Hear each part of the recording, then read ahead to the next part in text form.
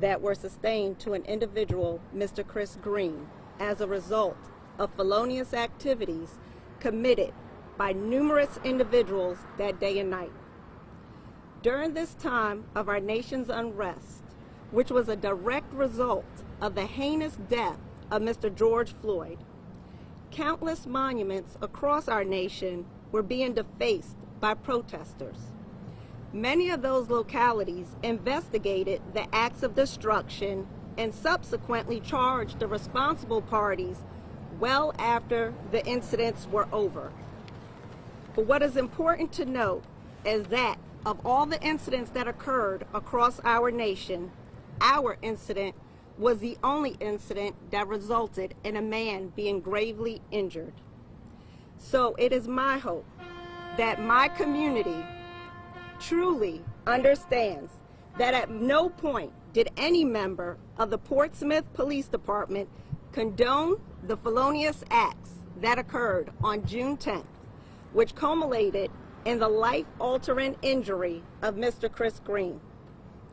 On the night of June 10th, as hundreds of individuals gathered and began destroying the monument, it was my decision as the Chief of Police for the immediate focus to be on the preservation of life, to include the safety of all my citizens in the area, ranging from ages of elementary school children to senior citizens, as well as the safety of my police officers.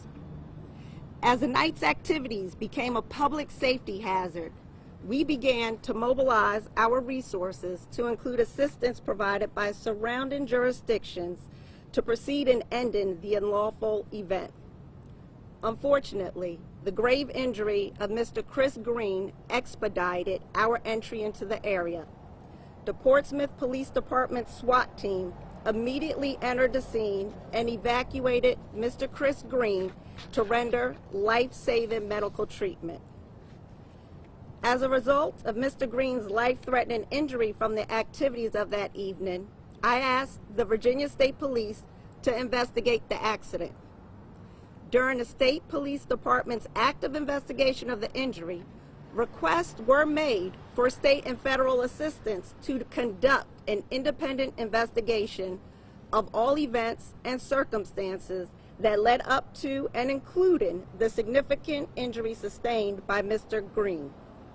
Understandably, these requests fell outside of the scope of investigation for those law enforcement entities. Furthermore, when a discussion with the Commonwealth Attorney regarding a special grand jury and special prosecutor did not yield any action, it was the duty of the Portsmouth Police Department to begin a thorough and comprehensive investigation into this incident.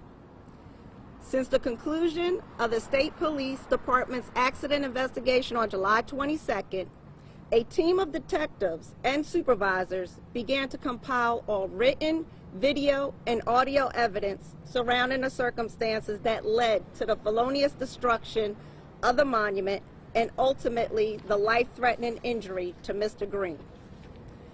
As a result of the investigative team's findings, it was determined that several individuals conspired and organized to destroy the monument, as well as summoned hundreds of people to join in the felonious acts, which not only resulted in hundreds of thousands of dollars in damage to the monument, but also permanent injury to an individual. As your Chief of Police, I take seriously my public and my officers' trust that I will ensure all the laws of the state and our Constitution are upheld, and that I would not place any citizen or officer in undue danger. You have placed faith and trust in me to take appropriate law enforcement actions when necessary. And today, I want to thank my citizens and my officers for having this unwavering trust and patience in me, which led us to completing this comprehensive investigation. As a result of our efforts in this matter, we have identified and secured arrest warrants of numerous individuals who conspired, organized, and participated in the felonious acts on June 10th. This investigation yielded the same results of holding individuals who commit crimes in our city accountable, but was done in a safe manner so that my officers and no other members of the public were harmed. Therefore, on today's date, felony warrants for conspiracy to commit a felony and felony injuring to a monument in excess of $1,000 have been obtained for the following individuals: Senator L. Louise Lucas, NAACP Representative James Boyd, NAACP Representative Louie Gibbs, NAACP Representative LaKesha Hicks, School Board Member LaKesha Atkinson, Kimberly Wimbish, Dana Worthington, Amira Bethea. Additionally, arrest warrants have been obtained for felony injuring to a monument in excess of $1,000 for the following individuals: Public Defender Brenda Spry, Public Defender Alexandra Stevens, Public Defender Meredith Kramer, Brandon Woodard, Hannah Renee Rivera, Raymond J. Brothers. I am asking for these persons with current arrest warrants to immediately turn themselves in to the Portsmouth Police Department. Detectives are still actively investigating this incident, and we are asking for the public's help in identifying several other individuals. A press release will follow shortly with photos of these individuals we are asking for the community's help in identifying, as well as a link for citizens to upload any video or photo evidence they have in this case. Again, I want to thank my citizens and my officers for their patience, professionalism, and trust, which has allowed us the ability to thoroughly investigate this matter. Thank you. Chief, are you taking any questions? No, sir. Thank you so much for... What was it like when you saw that video of Louise Lucas? Okay, so that was Chief Angela Green from the Portsmouth Police Department talking about the charges stemming from early June dealing with the monument.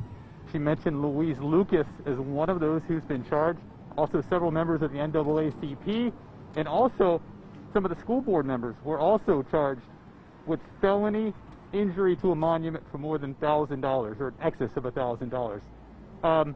You know, we've done several stories on this in the past.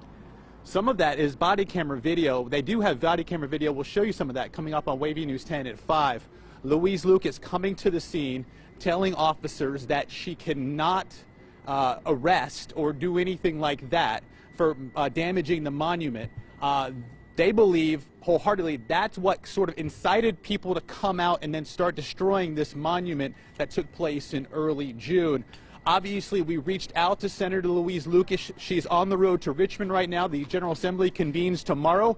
They have a special session. She did not answer the phone. We talked with Don Scott, who's her attorney. He was just hearing about these charges. We have reached out to Stephanie Morales, also her office.